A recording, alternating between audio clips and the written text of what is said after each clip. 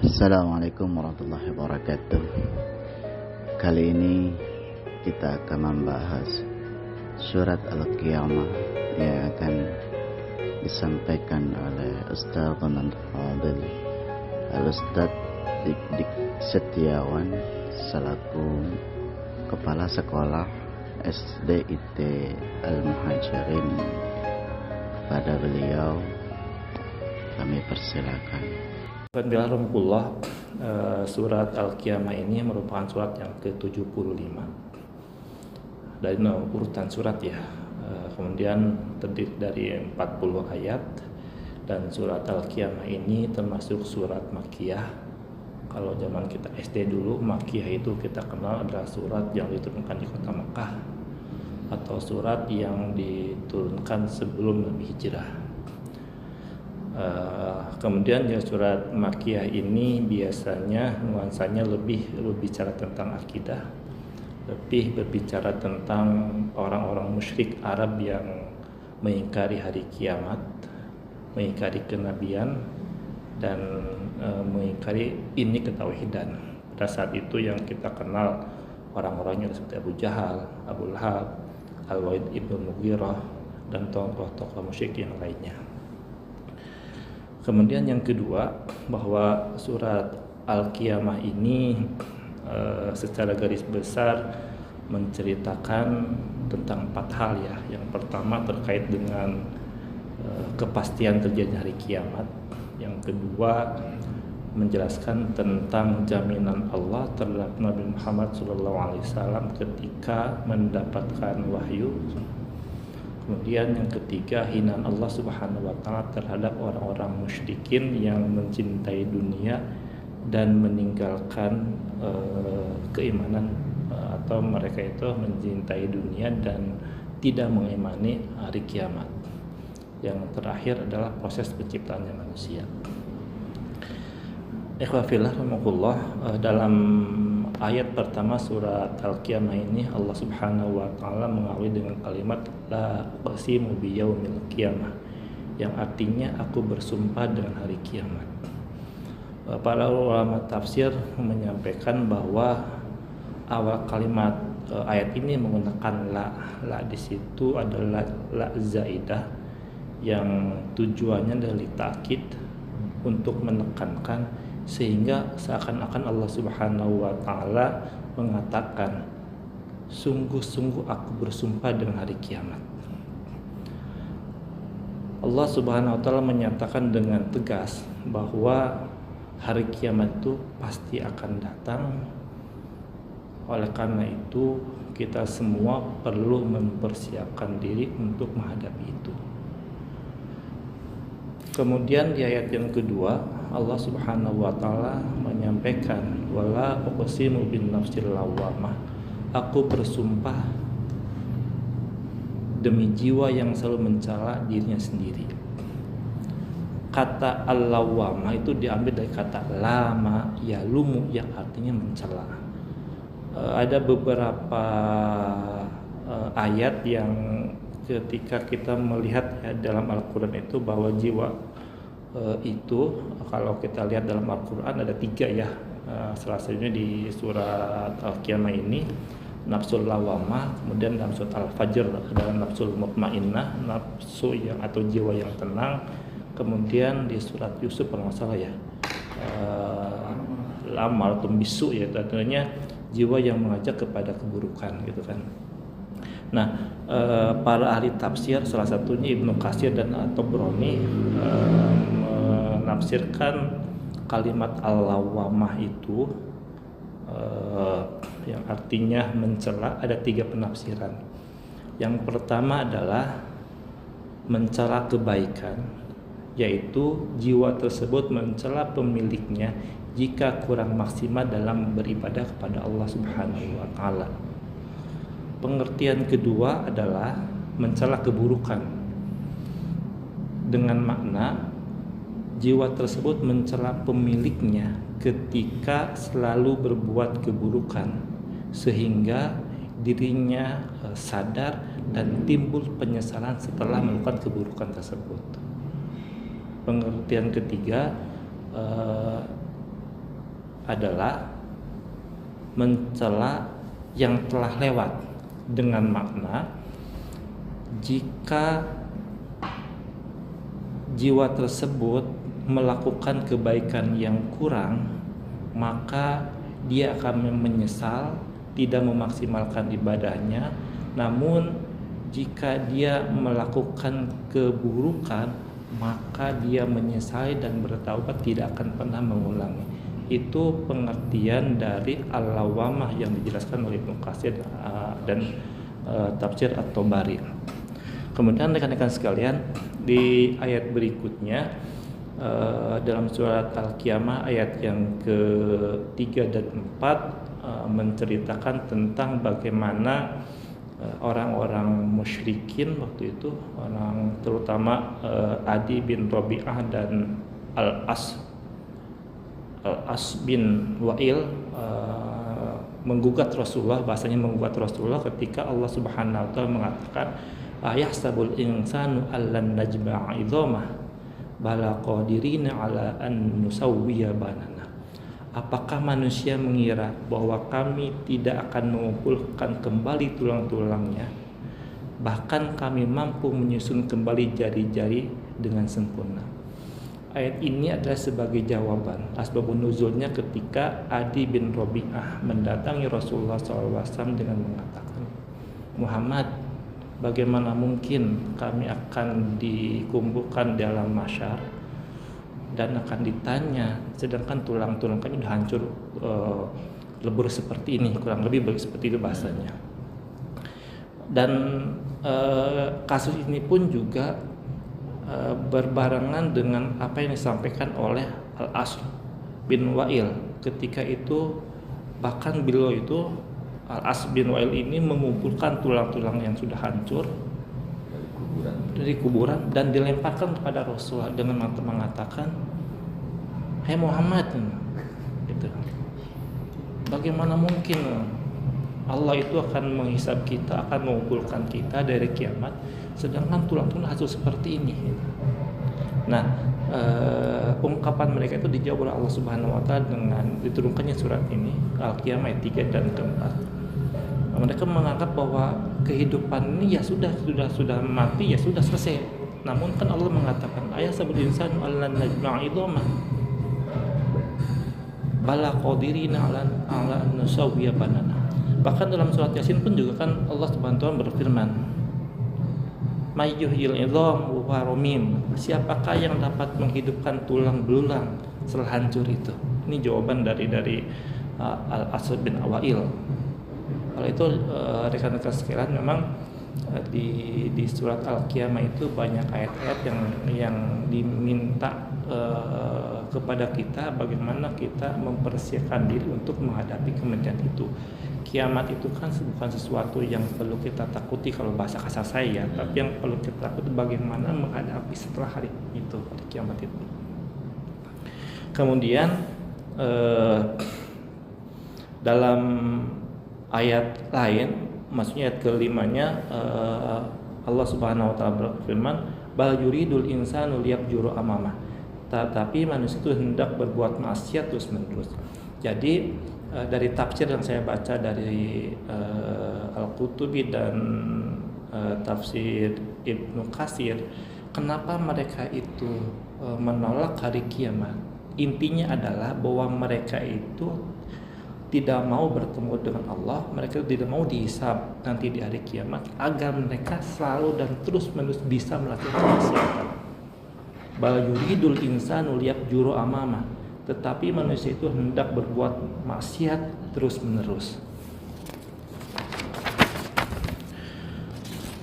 Nah, di ayat berikutnya adalah menceritakan tentang terjadinya kiamat, yaitu di ayat 10 sampai 12.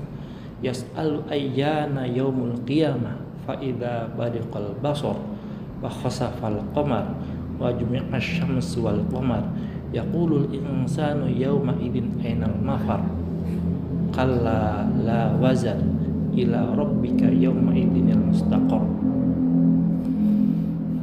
Dia bertanya, kapan hari kiamat itu? Langsung dijawab, Faidza bariqal basar, apabila mata terbelalak. Wakhsafal qamar, dan bulan pun hilang cahayanya. Wa jumi'asy syamsu wal qamar, lalu matahari dan bulan dikumpulkan. Yaqulul insanu yauma idzin ainal mafar, pada hari itu manusia berkata, kemana kita harus lari? Ainal mafar, kalla la wazar, tidak ada tempat berlindung. Ila rabbika yauma idzinil mustaqar, hanya kepada Tuhanmu tempat kembali. Ini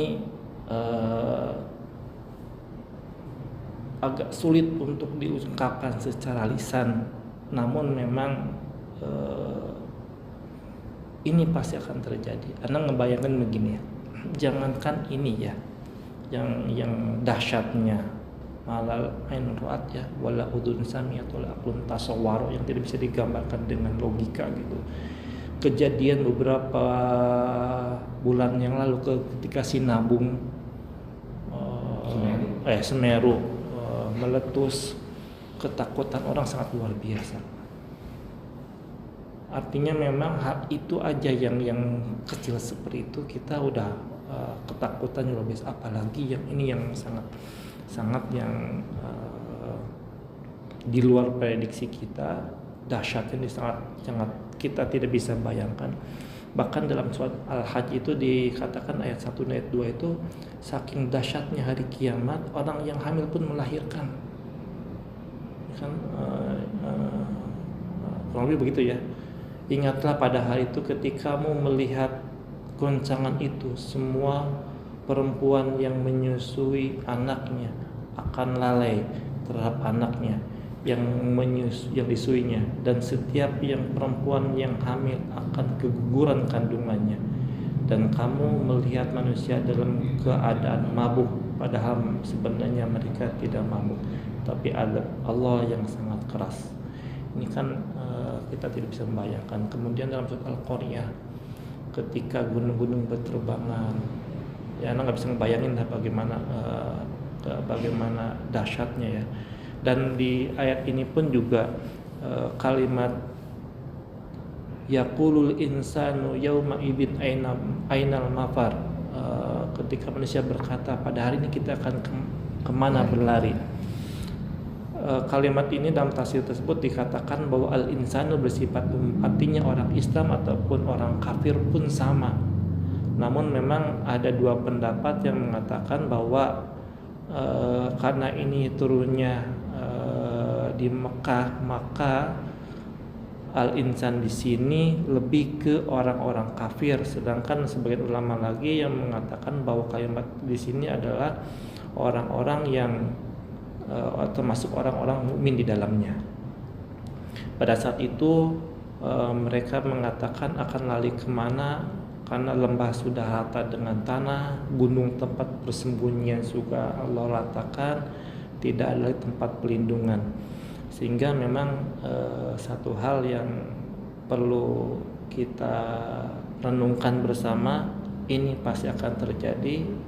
Mudah-mudahan Allah Subhanahu wa taala menjadikan kita bukan termasuk golongan orang yang bertemu dengan ini, naudzubillah min dzalik ya. Kemudian di ayat berikutnya Allah Subhanahu wa taala menjelaskan terkait dengan ketika kiamat itu sudah terjadi dan manusia itu dibangkitkan di alam mahsyar dan mereka itu diberikan amal catatan, yunabbaul insanu yauma idzin bima qaddama wa akhar. Pada hari itu diberikan kepada mereka apa yang mereka telah kerjakan dan apa yang mereka lalaikan. Nah, pada saat itu manusia banyak beralibi, banyak yang menanggap, maksudnya banyak yang tidak menerima apa yang mereka kerjakan. Kalau dia berbuat salah, dia mengaku tidak salah. Pada saat itu kan Allah Subhanahu wa taala memberikan buku amal ya, ada yang diberikan dengan tangan kanan, ada yang diberikan dengan tangan kiri kan gitu. Nah, pada saat itu mereka akan dimintai pertanggungjawab Allah Subhanahu wa taala. Barang siapa yang diberikan buku amalnya dengan tangan kiri pasti ke neraka gitu kan. Ketika diberikan dengan tangan kanan akan masuk surga. Apa ayatnya? Fa amma man utiya kitabahu biyamini fasawfa yuhasabu hisaban yasira wa yanqalibu ila ahlihi masrura. Wa amma man utiya kitabahu wara'a dhahri fasawfa yad'u subura wa yasla sa'ira. Nah, dalam ayat ini mereka akan diberikan buku catatan amal mereka yang dilakukan di dunia, dan mereka itu akan menangkal semua perbuatan mereka itu. Namun Allah Subhanahu wa taala mengatakan dalam ayat berikutnya, balil insanu ala nafsihi basyirah wal alqa ma'adzirah. Akan tetapi manusia itu kan menjadi saksi dari dirinya sendiri meskipun dia mengumpulkan alasan-alasan yang tidak sesuai dengan faktanya. Kemudian dalam ayat lain juga Allah Subhanahu wa taala menjelaskan dalam surat Yasin ayat 35, al-yauma nakhtimu 'ala afwahim wa tukallimuna aydihim wa tashhadu arjuluhum bima kanu yaksibun. Itu sebagai jawaban yang Allah berikan kepada orang-orang yang tidak mau mempertanggungjawabkan amalnya. Pada saat kita nanti di hari kiamat, tidak ada lagi yang bisa membela kita. Tangan akan berkata, kaki akan berkata, semua akan menjadi saksi terhadap apa yang kita lakukan. Al-yauma nakhtimu 'ala afwahim wa tukallimuna aydihim wa tashhadu arjuluhum bima kanu yaksibun. Pada hari itu kami akan tutup mulut mereka, tangan mereka akan berkata kepada kami, kaki mereka akan memberikan kesaksian terhadap apa yang dahulu mereka kerjakan. Oleh karena itu, mudah-mudahan ikhwafillah rahimakumullah, kedatangan kita dari rumah ke sini dihitung langkah demi langkah Allah Subhanahu wa taala sebagai ladang ibadah. Amin ya rabbal alamin. Kemudian ikhwafillah rahimakumullah, di ayat berikutnya ayat ke-16 19 menceritakan bagaimana Rasulullah SAW tergesa-gesa ketika mendapatkan wahyu. La tuharrik bihi lisanaka lita'jala bi inna 'alaina jam'ahu wa qur'ana fa idza qara'nahu fattabi' qur'ana thumma inna 'alaina bayana. Jangan engkau Muhammad gerakkan lidahmu untuk membaca Al-Quran karena hendak cepat-cepat menguasainya. Sungguhnya kami akan mengumpulkan di dadamu dan membacanya. Apabila kami telah menyelesaikan, maka ikutlah bacaan itu. Kemudian sesungguhnya atas tanggung jawab kamilah penjelasannya.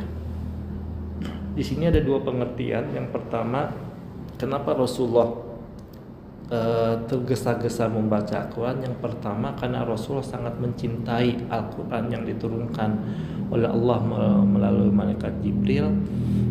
Yang kedua, karena kecintaan beliau terhadap Al-Quran sehingga beliau tergesa-gesa menghafalkannya. Dan ini pendapat yang lebih rajih menurut Ibnu Jarir dan At-Tabari ya. Kemudian dalam ayat berikutnya adalah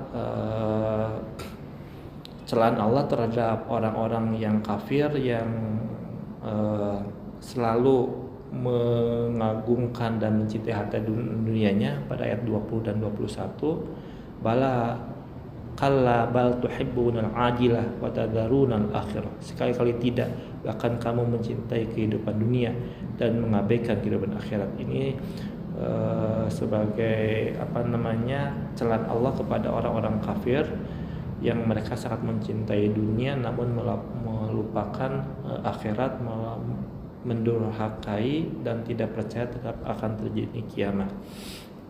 Dan ayat ini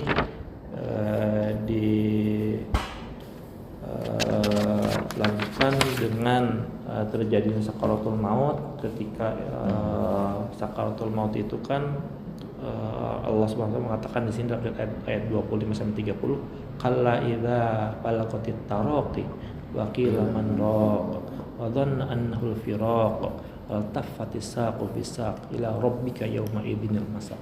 Tidak, apabila nyawa telah sampai ke kerongkongan dan dikatakan kepadanya, siapa yang dapat menyembuhkannya, dan dia tidak yakin bahwa itulah waktu perpisahan antara dunia yang tak tahu rezeki dan bertiskan kepada Tuhan, pada hari itu kami dibawa.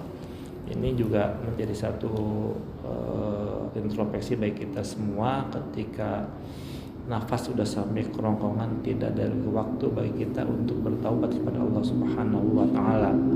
Tidak ada lagi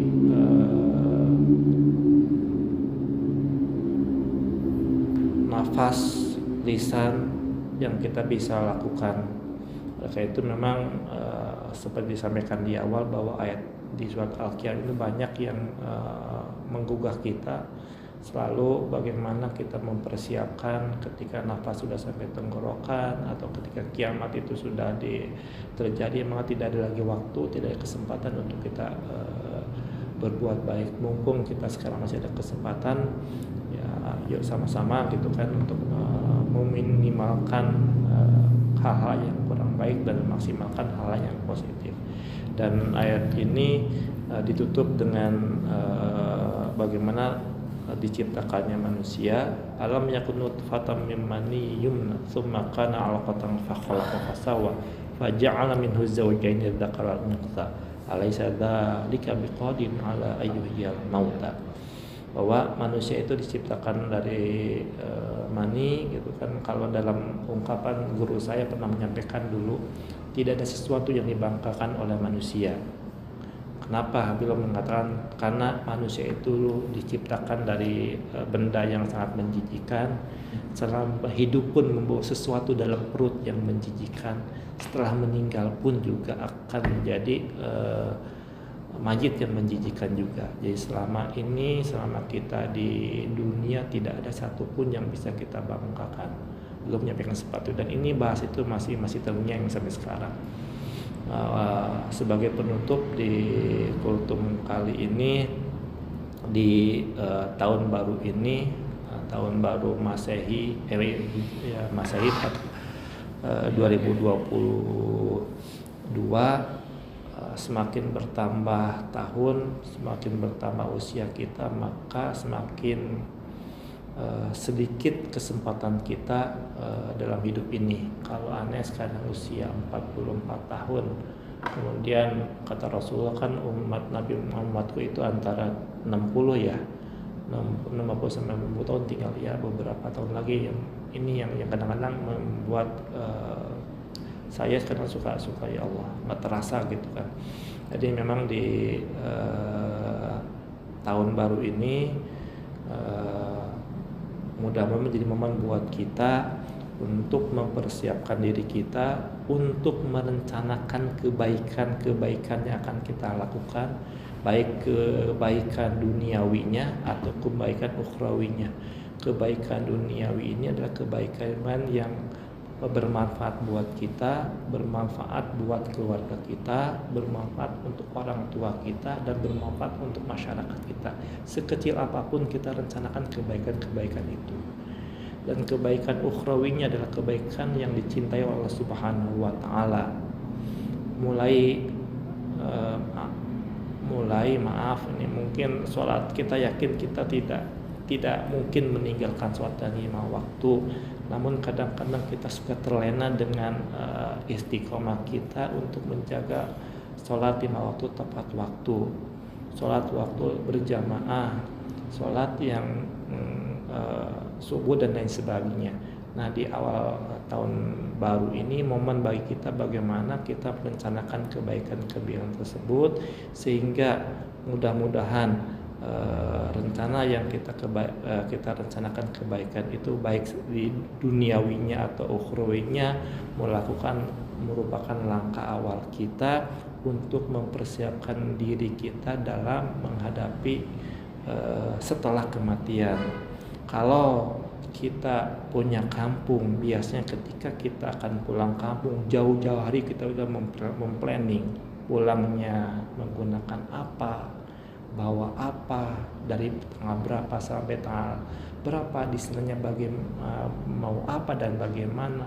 itu hanya pulang kampung yang nggak begitu lama, apalagi ini pulang kampung selama yang tidak akan kita beri, semestinya jauh daripada itu.